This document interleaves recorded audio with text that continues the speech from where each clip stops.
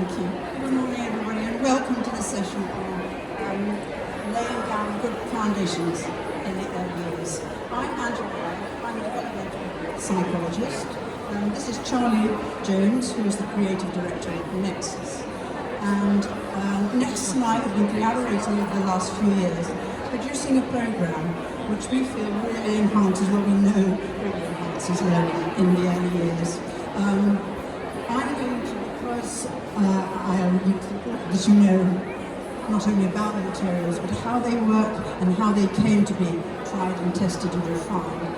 I'm going to start by looking at the background to how we develop these materials. Then I'm going to hand over to Charlie, and he's going to show you exactly what Nexus have produced for you to follow and how best you can use these with the children. So we're going to do a double act. And I will start because I want to introduce you to the concept of what we call pegs to paper.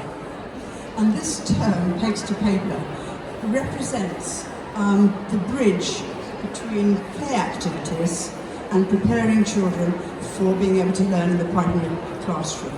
So this transition from using a play piece of equipment to being able to engage with the literacy and numeracy skills of the primary classroom is what this program is all about. And one of the things that's so important about it is the basic material which we use, the basic piece of apparatus, is the most simple. It's just a 5x5 foam board with these wonderful grippy, we call them grippy pegs, which were designed in America for strengthening and helping children to apply force control. And there are many ways in which these therapeutic pegs actually can help children. But we'll go into the details of this later on. What you need to know is that I imagine you're all familiar working with early years children. Before I became a psychologist, I spent 15 years in mainstream nursery education. And it was during that time that I became so aware of the importance of the different areas of development which we would be concerned with as professionals working with this age group. So I just want to look at what are the areas of development that we would actually focus on. You'll see I've made a list here. It's not fully comprehensive. I haven't omitted social and emotional development because I don't think it's important. But because this is cognitive stimulation, I can't profess that we have any impact on the social and emotional development of children. What I do know, and although I've only been working with Nexus for 5 or 6 years, these materials I started using over 30 years ago. I've used them in the classroom, and then later on, using them with children, older children, who didn't have the basic experience or the basic proficiency when they were in the early years. We've used them as a therapeutic way as psychologists to try and compensate for what those children miss out in their early years. So we've been able to refine these materials over a long period of time. And these are the areas that I feel that pegs to paper has the greatest impact. First of all, on motor development. And you'll see later on when we demonstrate how this really impacts not only on the fine motor control and hand-eye coordination, but actually it works the whole body. It works on postural control, on force control, on balance, all aspects of motor development. And the reason why we put such an emphasis on motor development is because we're talking about the development of cognition. And we have this saying that psychologists used, which is embodied cognition. Now, what does that mean? Well, that means that we learn, all of us, but particularly when we're young, by physical contact with our world, with our physical environment, we need bodily contact. And if we have hands-on experience of materials, not only will we understand them better, but we will retain them better. So you could say to a child, well, this is a straight line, and you need to be able to recognize a straight line if you're going to do your letter form, write your letter forms. They actually make a straight line on a foam board, and then they make a diagonal line, because they make horizontal lines as opposed to vertical lines. If you make these lines in a physical way, then that has much greater impact. So that's where we started with Pegs to Paper. But what has developed over the years is not only is it very good at teaching specific underlying skills that children need in order to engage with the primary curriculum, but it actually stimulates cognitive development itself. It activates bits of the brain which need to be sort of primed in order for learning to take place. So we put a very heavy emphasis on motor skills and also on the sensory and perceptual skills, because the younger the child, the more sensory their thinking is sensory, it's not really linguistic. But of course language plays a massive part in the development of the early years. And I know that when I was working in nurseries, I thought, how can I actually address all these different areas? But language, I think we very often as nursery professionals, we do use it as a social communication tool, but we perhaps forget that language has to have a functional use.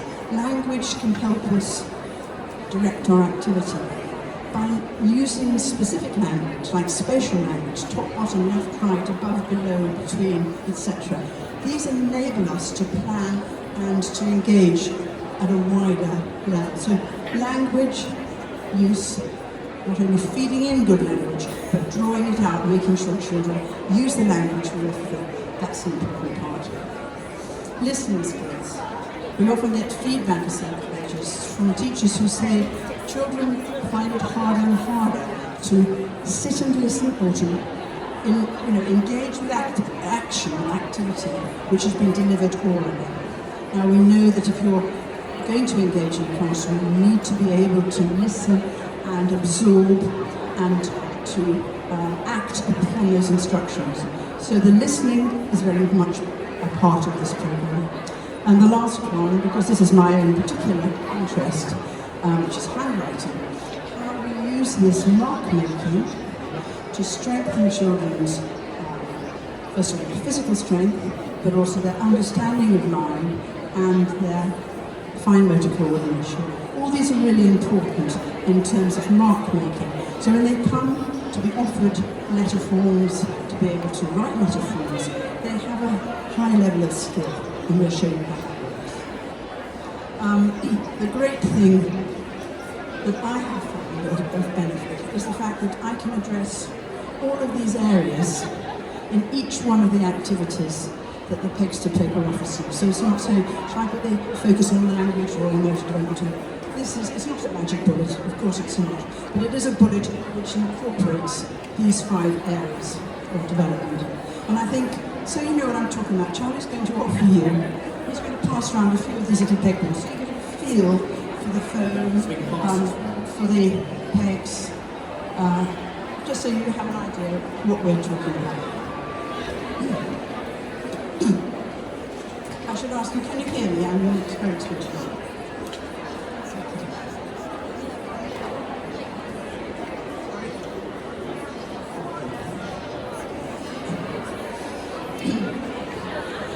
So while you're playing with the pegs, all the materials which Nexus have produced in this area are very attractive. Children absolutely love playing with them.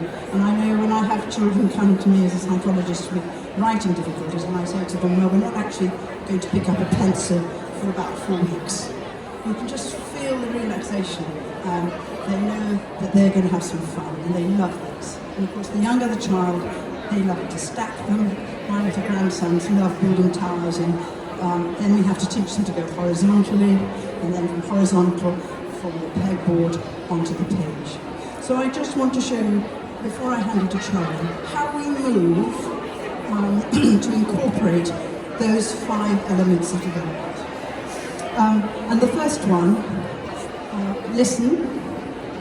Child has to listen to the instructions and feed in the language that you want them to use. The second one is do. So what you ask them to do, they physically make on the pegboard. The third one is to say. So you fed her the language, now you want them to produce the language. So what is it you've done? And the last one is to draw, depending on the level of the child, they're going to represent the pattern on paper or a sheet of some kind. So you're making that link between making a pattern and transferring it on to paper. And that is a very early stage in terms of mark making. And of course the age of the child depends on what level you do that. So you start with play, and then we're moving on to what we would call guided play, where the adult is very deliberately guiding the child in order to meet these 4 criteria. So I'm just going to put the mic down for a moment. I hope you'll still be able to hear me, but I want to show you in actual fact how we do that with one of the patterns.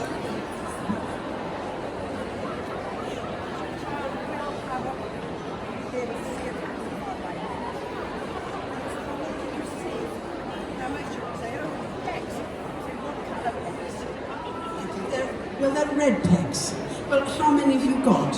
1, 2, 3, 5. Where are they? Over there. They'll probably say, over there. Well, where? Are they on the left or the right?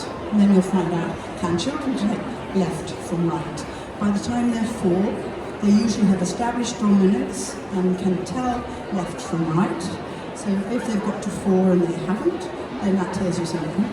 But yes, you confirm it. Yes, you've got 5 red pegs going on the left. And we're going to make this pattern. We're going to work going down. That means starting at the top and ending at the bottom.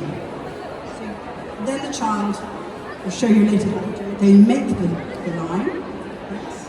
And you say to them again, what is this you made? And by that time, you're hoping they'll say at least 5 red pegs. And then again you reinforce, well, where are they? They're on the left. Where did you start? At the top. Where did you finish? At the bottom. So in that 5 minutes activity, you have taught them not only those spatial instructions, but you have taught them to use the language to describe them.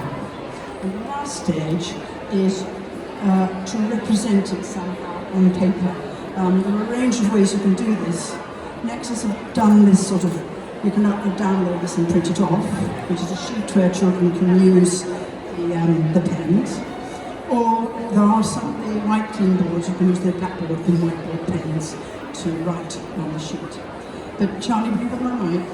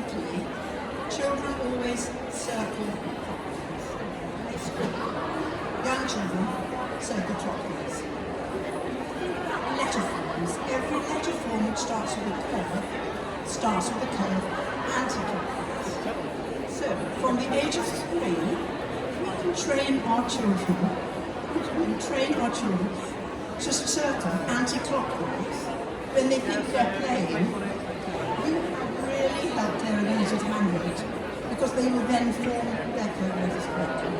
So first of all, we circle around the dot. Can they circle in the right direction?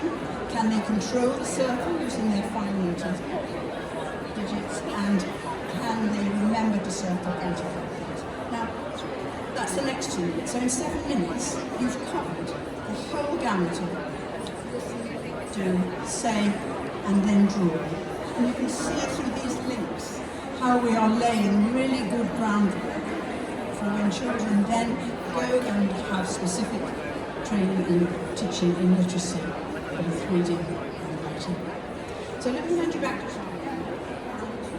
Thank you, Angela. So you can see how lucky we are as an educational company being able to work with someone like Angela Webb So just to run through with you then, this is the first board out of 3 boards. It's 3 steps that we have for pegs to paper. So most of the theory have been covered, just to explain the first step. As you can see, it's 5 by 5. What we have is pegs and pots, okay?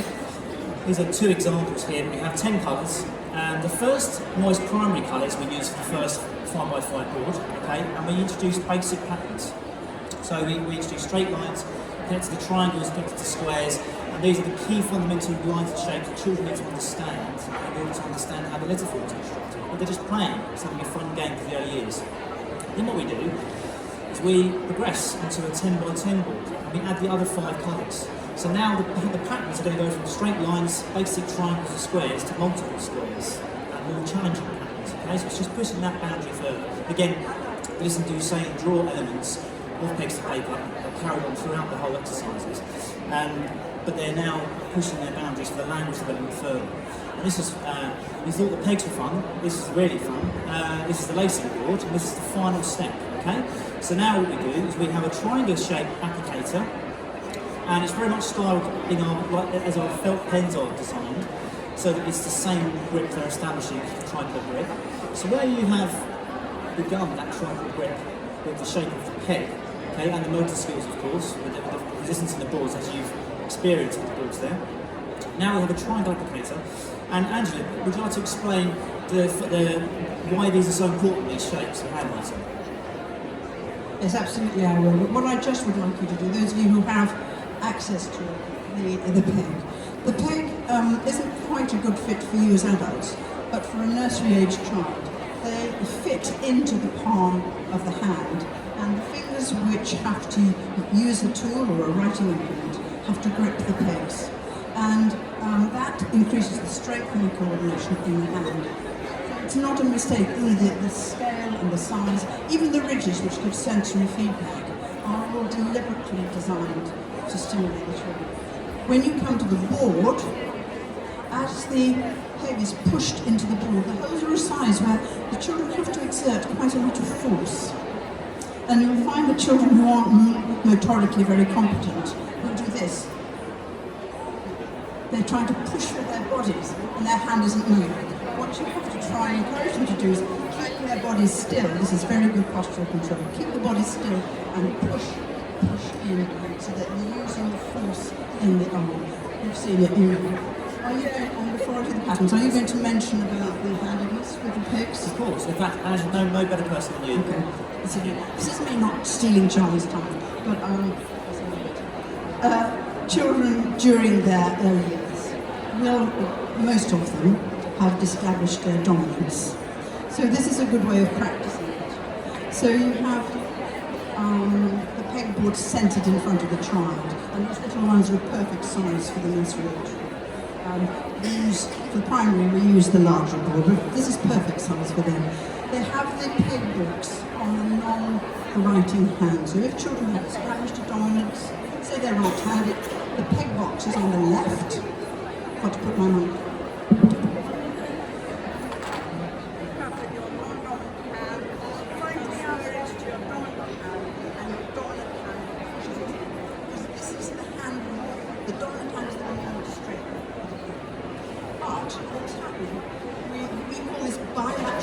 We're using 2 parts of our body in an integrated way.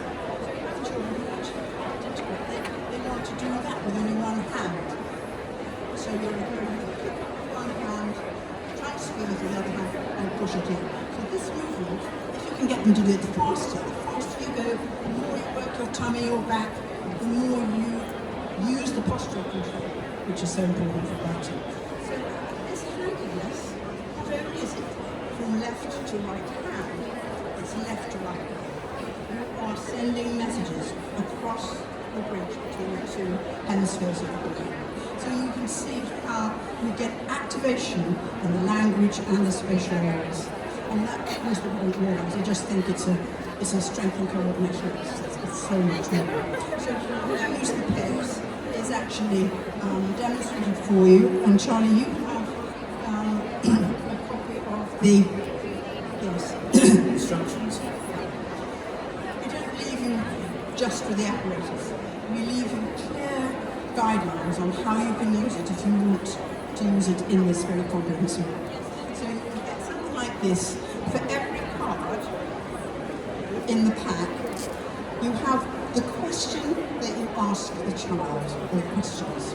And then in brackets, you have the answer that you expect to elicit from the child. So you know what you're asking, and you also have an idea of what you're getting back. You may get a range of answers, but that teaches you that you've got to work towards what the appropriate answer is. So there's a lot of guidance. Angela, so just to wrap up, we're going to do a picture paper and we're going to show the literacy development in just a second.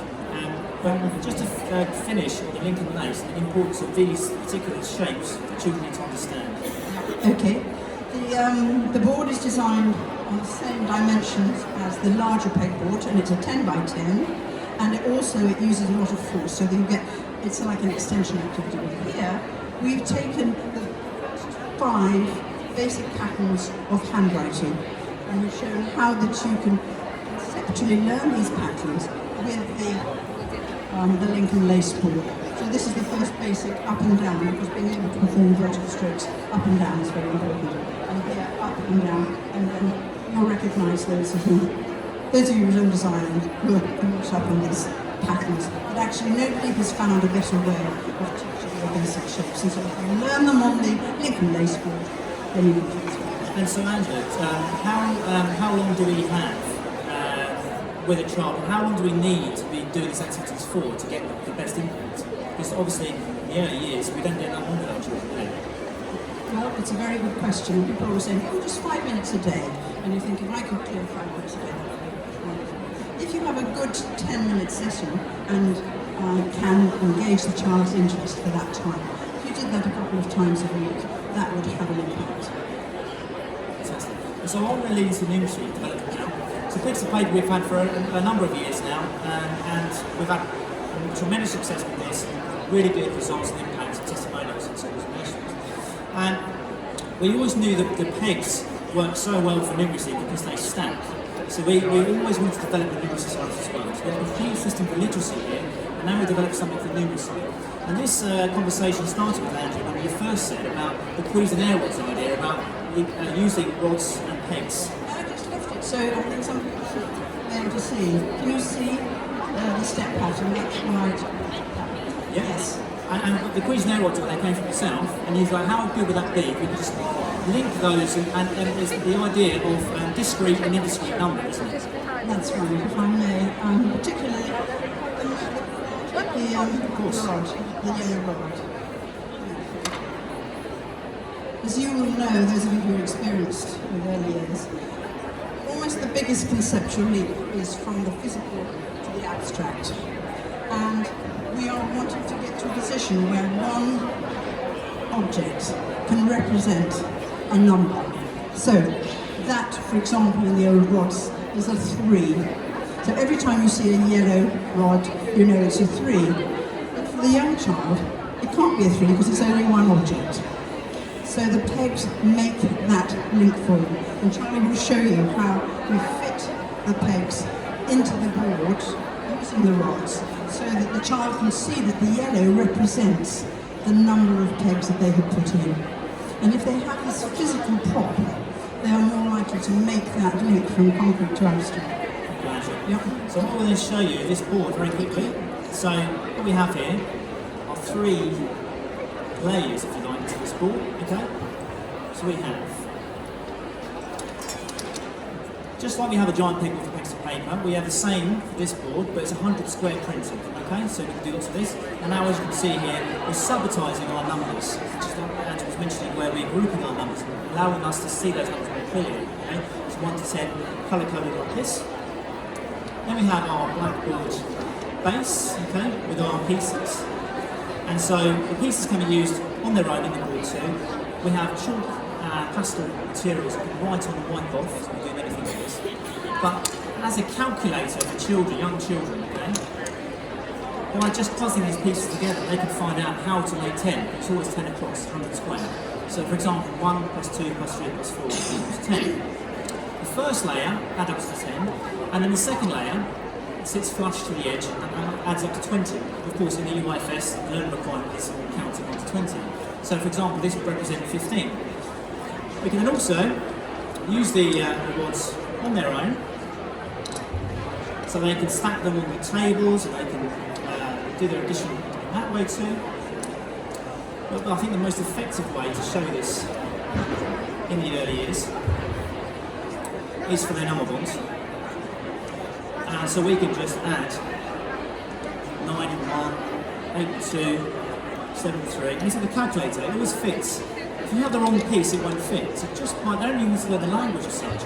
Young children, all we need to do is colour code the pegs and the rods, and all the learning will follow. They will learn intrinsically number bonds to 10. Okay? And of course they're vibrantly coloured, so they're very attractive for the children. And then we can also take away that colour as well by just showing the bamboo side. We then have our strips and tiles, which will fit on here, and also they can be written on with our chalk pastels. Okay? And the tiles can be used to label the numbers, so they can do all kinds of games and activities. The important thing is the chunky, tactile nature of this product. It makes it fun, builds our motor skills, and there are underlying skills of mathematics. Now, we can do it all on one plane, or we can also build up, which is very special. Okay? Like I mentioned, children just need to colour code the pegs and the rods to find the answer. So why call it counter? Because when my base number is 3, if I build a 2 on top, nothing will fit through trial and error but a 1. So they understand intrinsically that 3 is made of 2 and 1, just from playing and building. And we've proven with pegs to paper that children love stacking the pegs. That is one of the biggest things that children always do when they first go to play with it. We thought, how can we really make that a concrete message for mathematics? Let's introduce the rods. They all came from Angela's idea about the points and their rods. And this is really helping children for mathematics too. So we have an offering here for a complete system for early years literacy and numeracy. Thank you very much. Is there any questions? We have a minute or two, just in time. Any questions for Angela? She's the expert, of course. Is anybody familiar with this? Have you met before? Okay. Well, I think the thing to say is that if you want to look at it in more detail, the stand is H26, the Nexus stand is H26. That's right. Just located on here. Come and have a look, we'll be on the stand. Charlie will be here all day, I'll be here for an hour or so. Do come and have a chat with us and play with the materials. Thank you very much. Thank you very much indeed.